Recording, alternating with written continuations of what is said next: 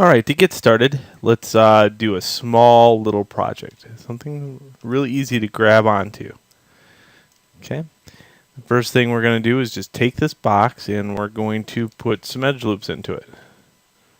So to do that, Control R.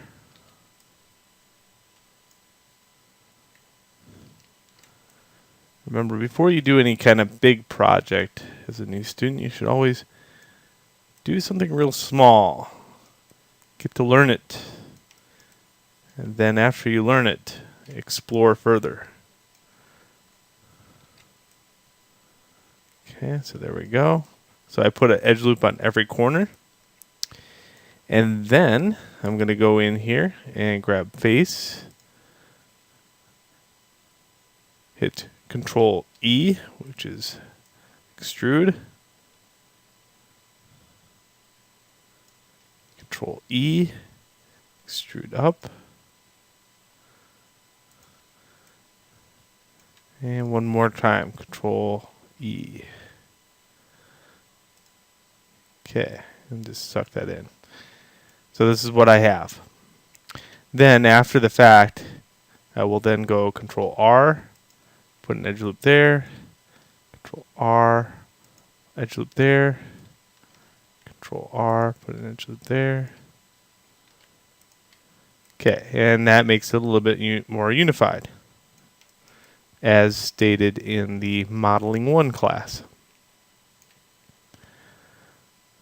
Alright, well, now we're going to build some UVs for this thing. Okay.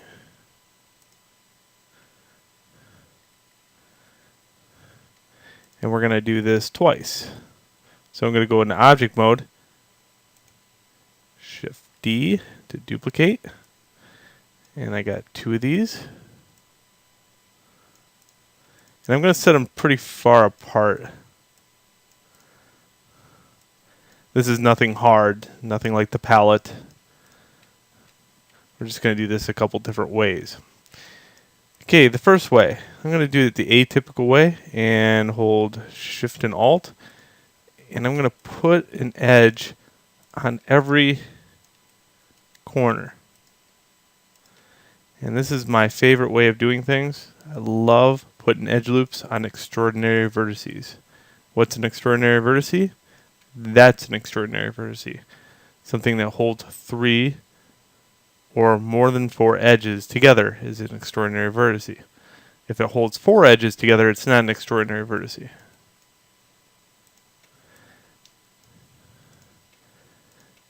It also ends in edge loop.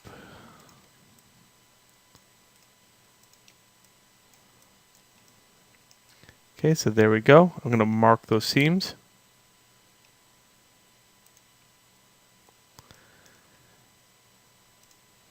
Then I'm going to come up here and think of a way to cut this out. Okay. Well, what's going to happen here is I'm going to need another edge loop here, right here anyway. So just to be fair, let's do that to the other one.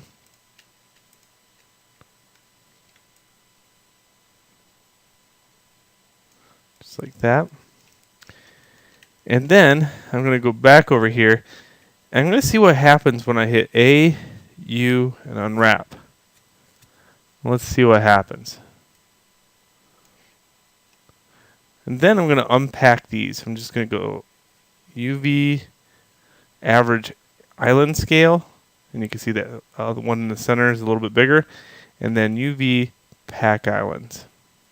And I get something that looks like this. The reason why this one's so much bigger is because technically it has a little bit more to take up as far as texture room. Think about this side right here. It's not even being represented that well over here. But that's okay. I'm going to leave it the way it is, because this is starting to get down a new path. Alright, now let's do that same thing here, but this time I'm going to mark this one as a seam. Oh no. This one, sorry. So all the way around here, I'm going to mark a seam here. Then I'm going to mark a seam here.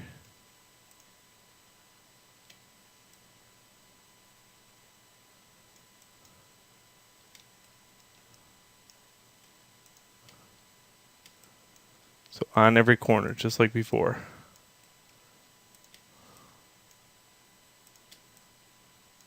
I don't want this one. There we go.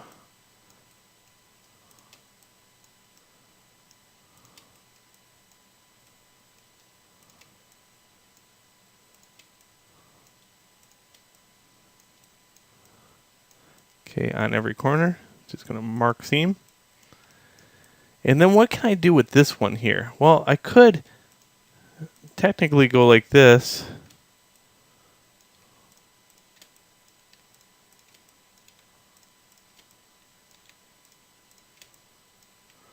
Put one on every corner, and then cut at the top too.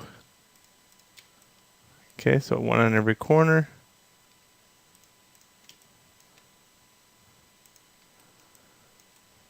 And then U, unwrap. And you can see this one is all laid out, but it doesn't have any cobwebs. See how this one has a hole in it? Except for right here, but that's a flat spot at the very top. Okay, so this is our challenge.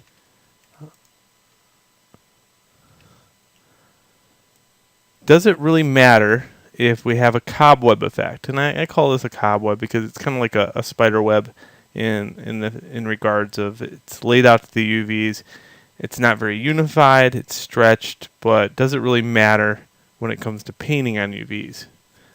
And we're going to find that out. Again, know your limitations with UVs in certain workflows, and you'll be very, very powerful at texturization of things.